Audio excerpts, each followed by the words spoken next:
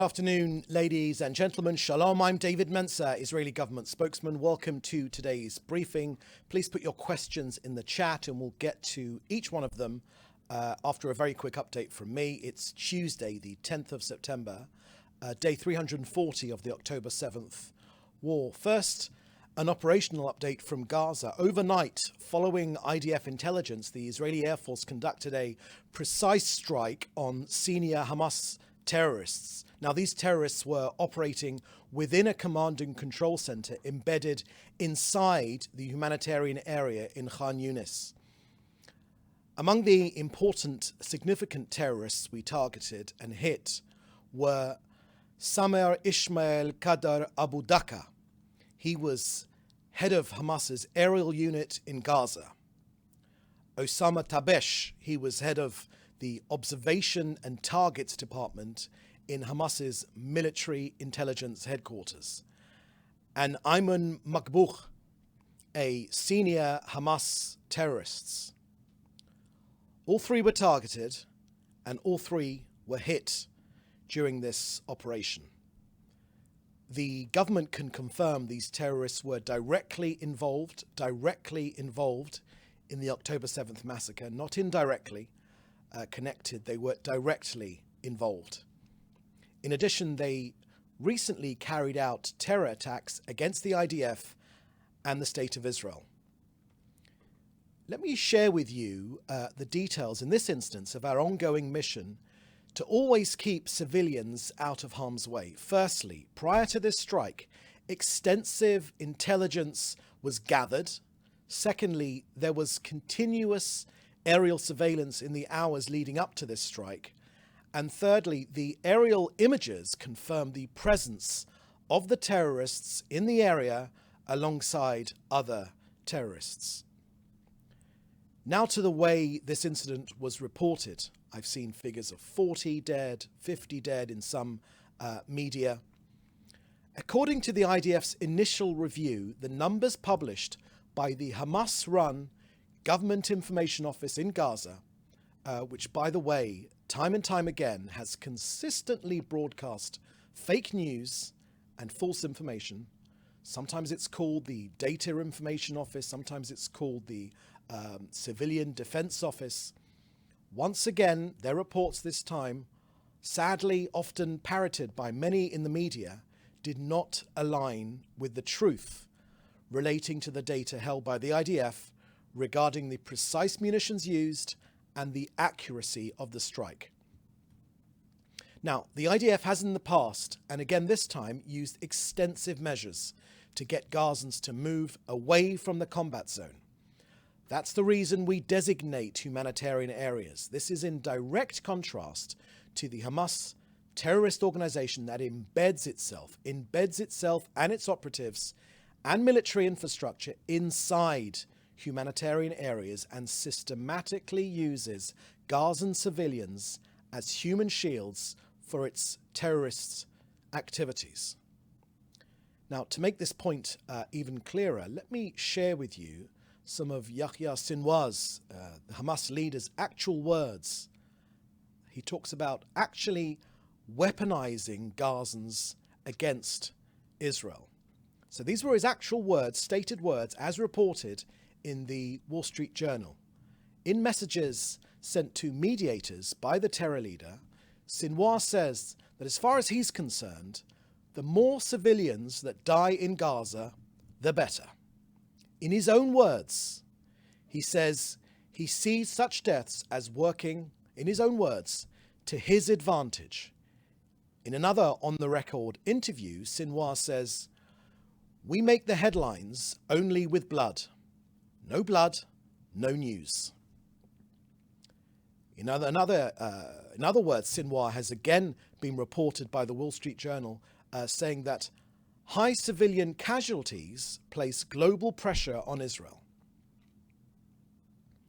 Now, the Prime Minister has made clear very many times that Hamas must be held responsible for the double war crime it commits every day by deliberately targeting Israeli civilians while using Palestinian civilians as human shields. And finally, on to COGAT and their work coordinating aid into Gaza. As of today, Israel has facilitated over 50,000 trucks worth of aid and close to 1 million tons of aid into Gaza since the start of this war. Throughout this war, Israel has prevented the humanitarian crisis that Hamas wanted in Gaza. So we've sent in daily, practically unlimited quantities of essential aid for Gazans, food, medication, vaccines, all transferred following a security inspection to make sure and to prevent weapons from getting into the hands of terrorists. On the polio campaign, the third stage of the polio vaccination campaign in northern Gaza began today.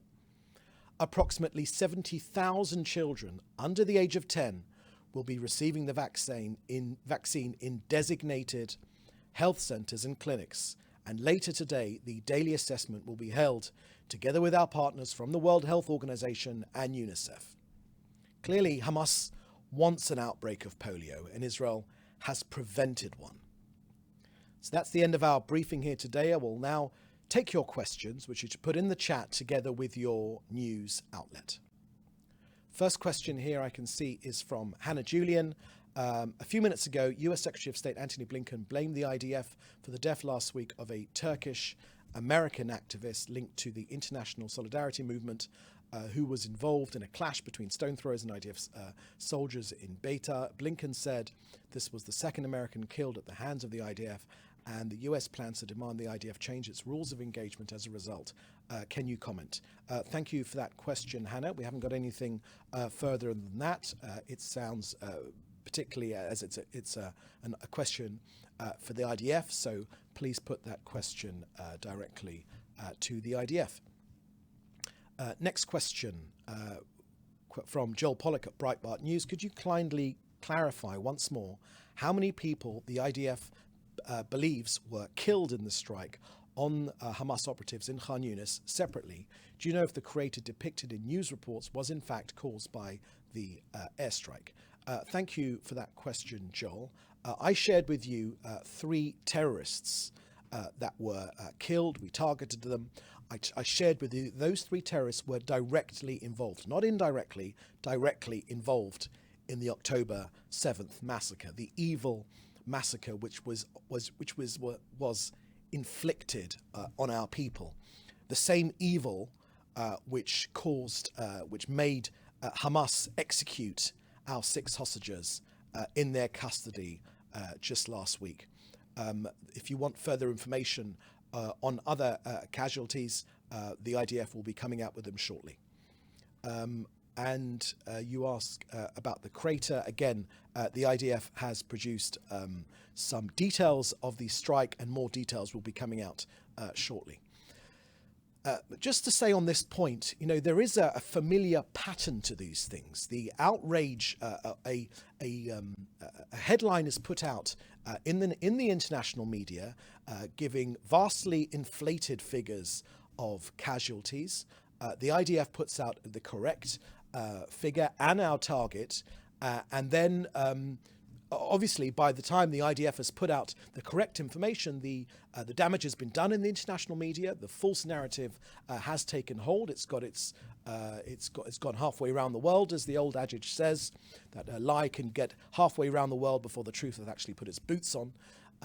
And this is a familiar pattern which we've seen during this war. So it is extremely important that media do not report Hamas figures, because they are invariably, as we have shown again today, incorrect. They are invariably lies. This practically cooperates with the Hamas objective to enlarge the number of civilian casualties, which is always very far from the truth, especially when Gaza are prepared to fight until the last Gazan civilian. And Israel is trying its hardest, more than any other nation on earth, more than any other army has in the history of armed conflict, to get civilians out of harm's way and to go for the terrorist targets, even though they embed themselves in civilian areas. Next question here is from Fred Ager. You write that Shin Bet warns of a rise of West Bank suicide bombing, suggests to tackle the threats by increased prison cells, undercover units, illegal entry crackdowns, increased tech surveillance and units presence on the roads and protecting the Jordanian border. Does the Prime Minister and Defence Minister Gallant have they already taken steps to implement Shin Bet's recommendation? Thank you for that question, Fred. Let me share with you what our Foreign Minister has said just this morning, actually. He said that the Iranian terror octopus is working to establish an eastern terror front against Israel. And the Foreign Minister also said that moderate states in the region are also being targeted. He obviously was talking about Jordan and Egypt. And the Foreign Minister said that we must cut off the octopus's tentacles. He also shared with us a quote from Ayatollah Khamenei, the Iranian supreme leader, who says that he wants the West Bank to be armed just like Gaza.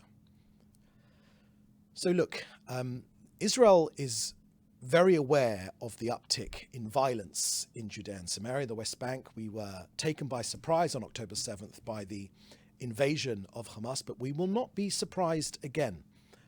Israel has made clear, and the Prime Minister has reiterated this point, that Israel is operating decisively to ensure that the reality that existed prior to the murderous and horrific attacks by Hamas terrorists on October 7th will never repeat themselves. Our policy is extremely clear. There'll be no safe place, no places of sanctuary, nowhere, no places where the terrorists can feel safe, where they feel they're in control. So we've carried out targeted operations in the last 10 days or so to thwart terrorist activity in Samaria. The IDF and the security forces are operating in the Hebron region. I shared that with you yesterday, and in other towns in Samaria, Tulkarem, Jenin, and other places from which these murderous attacks have been launched. We will fight to eliminate terrorism from wherever it emerges. The Prime Minister's made clear that we know that Iran is working to make this another front with which to attack Israel. But Israel is, of course, on high alert. Our security forces are deployed extensively to thwart terror attacks, and we will settle accounts with any terrorists responsible for terrorist attacks against our people. Prime Minister's made clear that we've exposed and dismantled explosives planted underneath the road to be detonated in attacks against our security forces operating in the area. And we know that these are straight out of the Iranian playbook deployed against coalition forces in Iraq and Afghanistan. Again, we've also confiscated weapons. We've exposed and dismantled explosives, also planted under roads in the area. So as I mentioned before that we were taken by surprise on October 7th. We will not be surprised again. We know that the reality that existed prior to these murderous invasion by Hamas on October 7th will never repeat themselves. Our policy is clear. There will be no safe place, no places of sanctuary for these terrorists, and our targeted operations in Jenin and Tulkarem and other places in Samaria will thwart the next terrorist invasion of our towns and villages and cities. You will have seen that by arrests taken place yesterday on Highway number 6. Because it's precisely from these places, in Tulkarem and other places, that these murderous attacks have been launched. You should be in no doubt that Iran and their proxies in Judea and Samaria, the West Bank, will face the IDF and they will be eliminated. The IDF's made that clear. We know that Iran is working to make this another front with which to attack us here in Israel, but we will not let that happen. Okay, no other questions from what I can see. So thank you for joining us here today. The next briefing will be tomorrow at the same time, 3:30 Jerusalem time. So in the meantime, please do stay safe.